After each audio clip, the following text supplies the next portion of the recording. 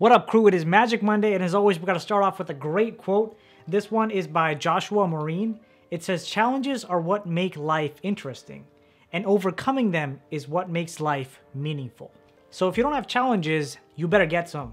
Now today, I have an insane card trick for you where you can practically have your eyes closed the entire time and then come out looking like a freaking wizard. So, let's do it. Dude, do you want to see an insane trick? Do I want to see an insane trick? Let me think about that. Yes. So check this out. I'm just going to take this deck right here and give it a quick little shuffle. Okay. And I'm just going to leave it right on the table right next to my chess book. Why do you have a chess book on your table though? That's not important right now. Just focus on what's going on. Okay, chill.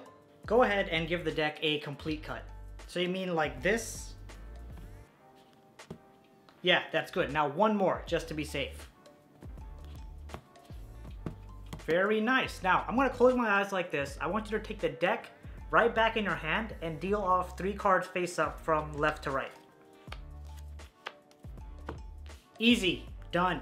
Are there any face cards in there? No, I don't think so. I don't see any. Now look at the first 2 cards and just put the digits together. So if it's like a 2 and an 8, the number would come out to 28. Dude, you're asking me to do a lot of math here. I don't know if I could do this. Nope, there's no math. Just put the numbers together. That's it, right next to each other.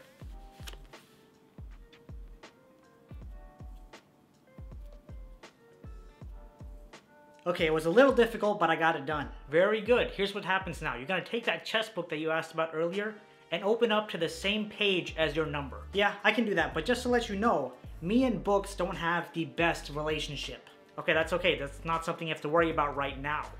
But what I want you to do is I want you to take the value of the last remaining card, right? So the value of the 3rd card that's on the table, and I want you to count down to that word on the page. So for example, if the value of the card is 4, I want you to count down to the 4th word on that page.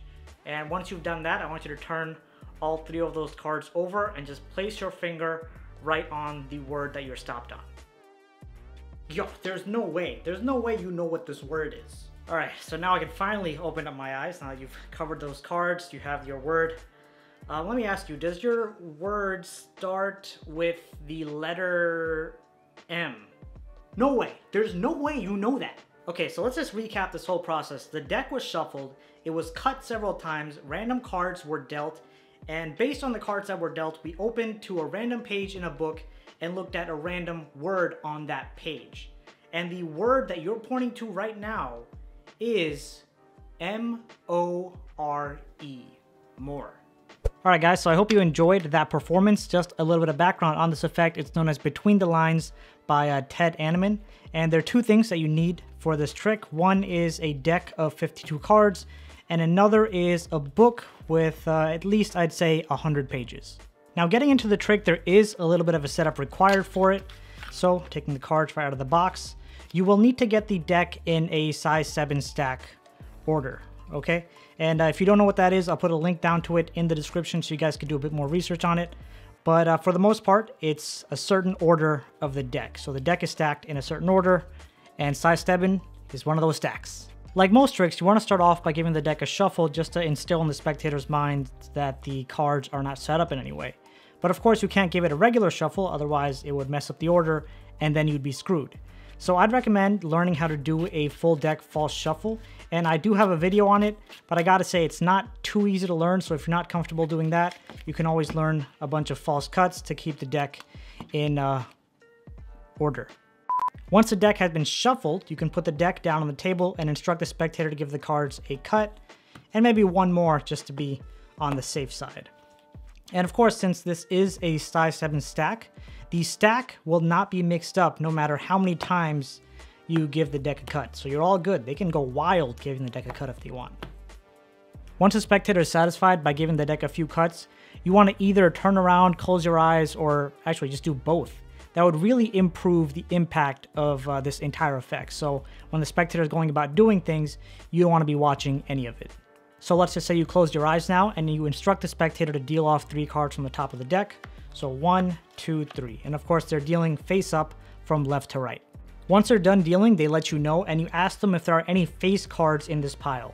If they say yes, you're just going to reply with face cards are a bit too complicated for this trick, so deal off 3 more cards. So they get rid of these 3 and they deal off 3 more. And they keep doing this until they no longer come across any faces. So in this case, we ended up with an ace, 4, and 7. At this point, you're going to instruct them to do the same thing that I did in the performance. You're going to take the first 2 cards and put the digits together. In this case, it's an ace and a 4. Ace, of course, is a 1, so it'll be 14. And this is where the book comes in. You have them take the book and open up to page 14. Once they've done that, you tell them to take a look at the 7th word on the 14th page.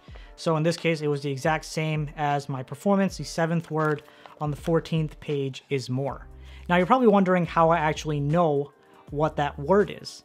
Because there are actually only 4 possible combinations of these 3 cards without pictures. To the spectator, it would seem like, oh, there's so many different possibilities, it's impossible for anyone to know anything because of the combinations.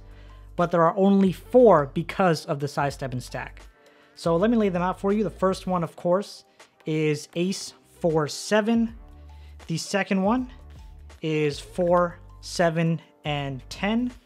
The third one will be, where's the third one? Right here. Right here. I don't know why I threw those over. 3, 6, and 9. And the last one will be 2, 5, and 8. So that's it. Those are the only 4 possible combinations of 3 cards. So of course, knowing that, what you have to do is memorize the locations of each of the cards. No. You have to memorize the word at each of these 4 positions. So really, all you have to do is remember 4 words. Let's just quickly break that down. Now, the words that I had to memorize were more, it's, as, and or. Okay, those are the only 4 words that I needed. Of course, you can choose your own books, so the 4 words will pretty much be up to you depending on which book you choose.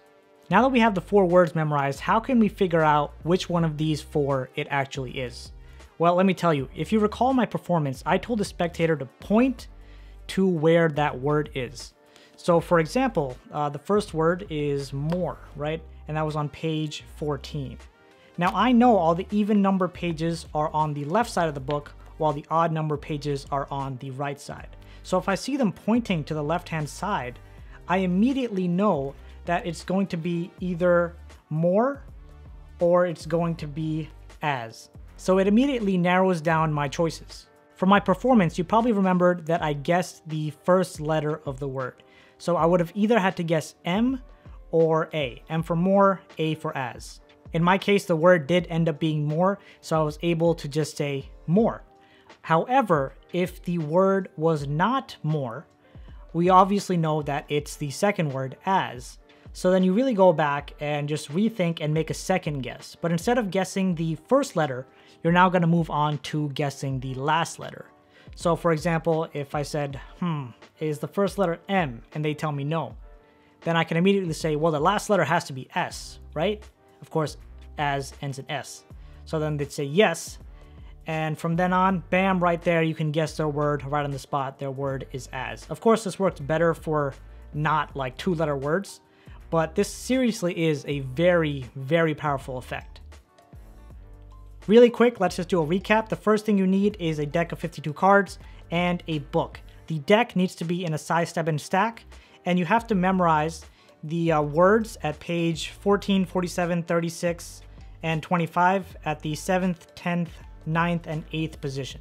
So that's 4 words you need to memorize and a deck that you need to stack before the trick even starts. Once all that's done, the trick can begin. You give the deck a false shuffle, you have the spectator give the deck a couple of cuts, and you have them deal out 3 cards at a time, and they stop dealing when they have reached one of these possible 4 combinations. So in other words, that there are no face cards in any of these combinations. You then instruct the spectator to merge the first 2 values to get the page number and use the last value as the word number. So of course, the first one will be page 14 and word number 7. You tell the spectator to have their finger placed at that position. From the placement of their finger, whether it's on the odd side of the page or the even side of the page, you can immediately get rid of 2 of the choices. Either if it's on an even page, you can get rid of these 2. If it's on an odd page, you can get rid of these 2. From there, it could only be 2 possible words. So you're going to guess the first letter of any of those words. If that guess is correct, you know what that word is.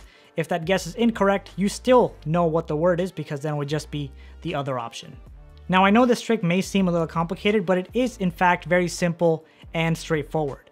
So if you perform this correctly, you're just gonna have a huge impact with your performance. And that's all I got. For more cool tricks, make sure to check out this video right here, and I'll see you there. Peace out.